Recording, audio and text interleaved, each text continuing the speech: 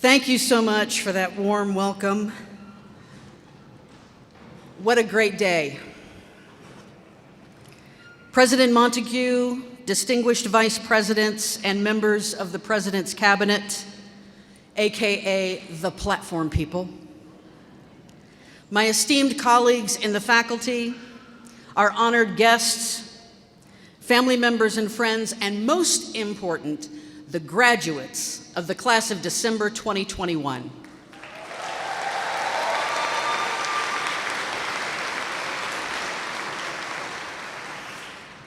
I am absolutely thrilled to have a chance to participate in a small way on this remarkably special day. And it is a special day. Two of the most special days of my life included walking across a platform and shaking a college president's hand. So you should savor this day. Celebrate yourself. Wring every thrilling drop out of this day. Take pictures, post them to social media, #VolState. In the course of a human life, there are, relatively speaking, just a handful of these special days. A few graduations, maybe a wedding, the birth of a baby, a couple of really standout birthdays, and for some of you, perhaps, the day that you learn you've been nominated for a Grammy Award, or you've just won a Nobel Prize. No matter how grandiose a life you might live, all in all, the special days add up to just a handful.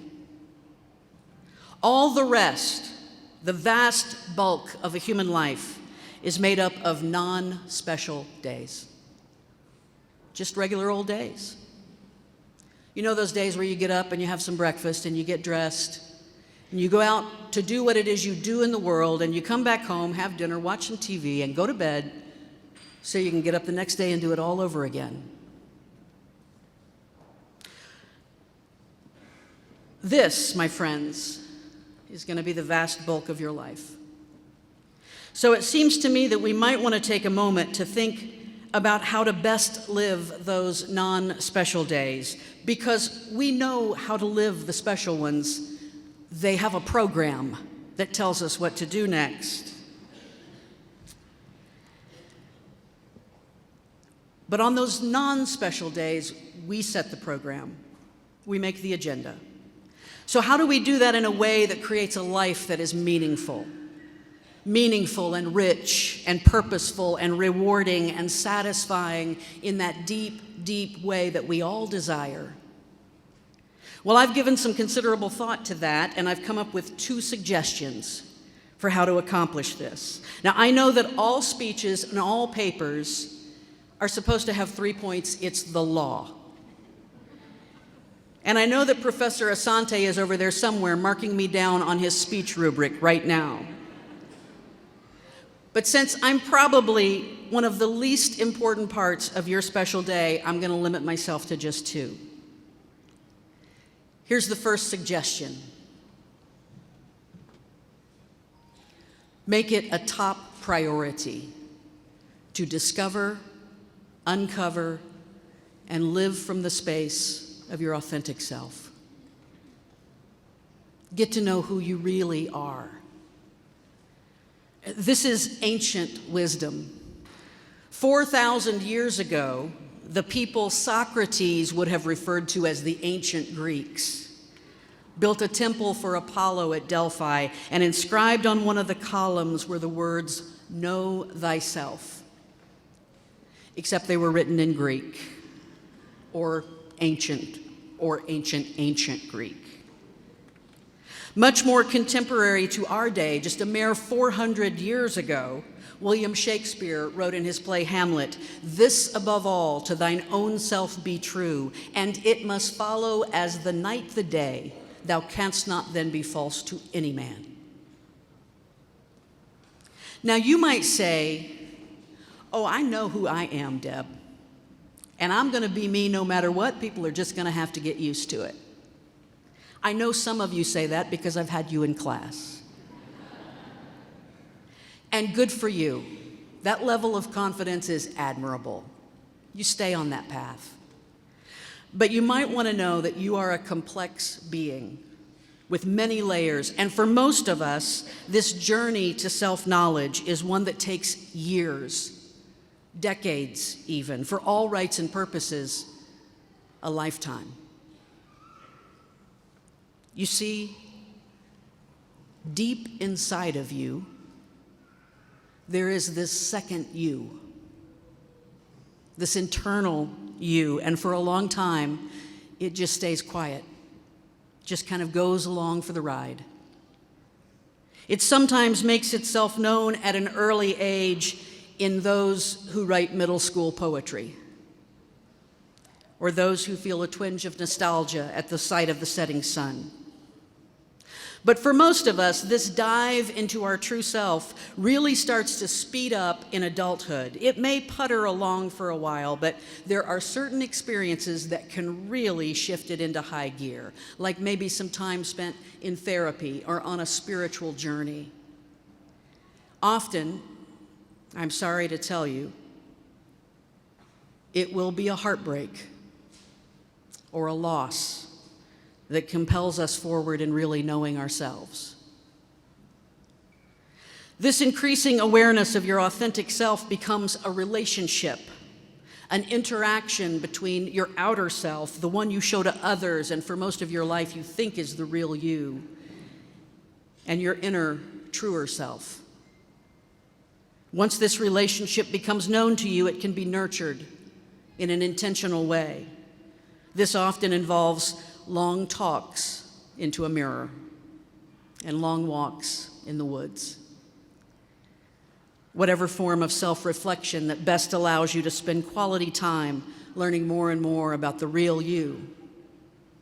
You might discover that you are quite different from what you've always been told. You might discover that you like things you didn't know you liked, and you don't like things you've always thought you should.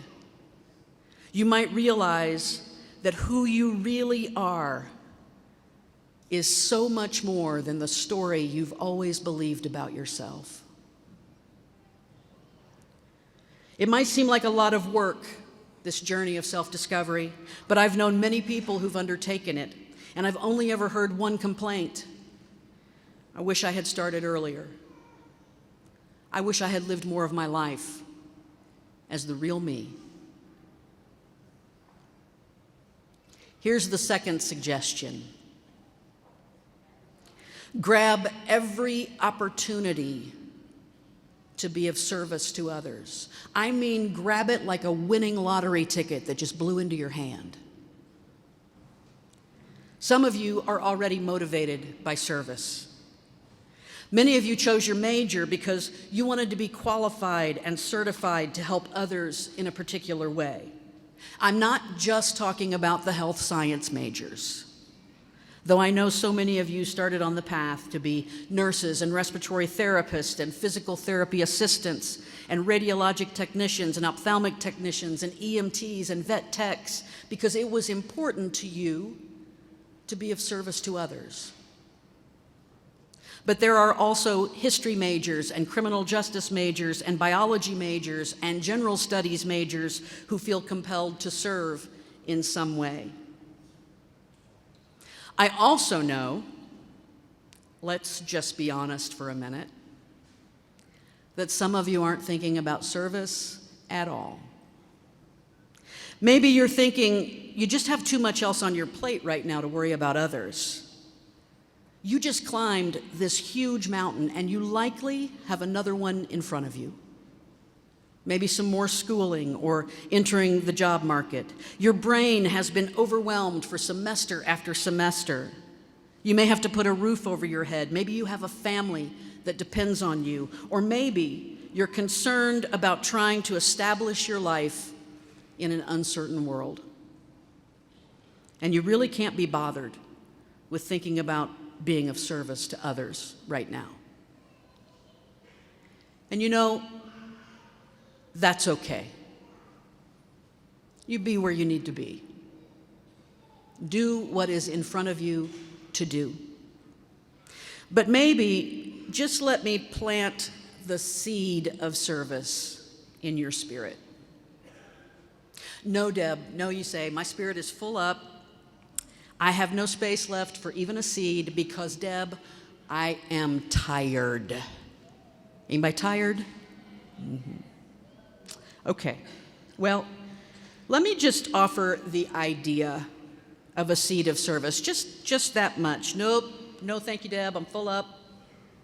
You and your crew over there in the faculty have done nothing but plant all kinds of things for me to ponder in my brain for the last 2 years or so.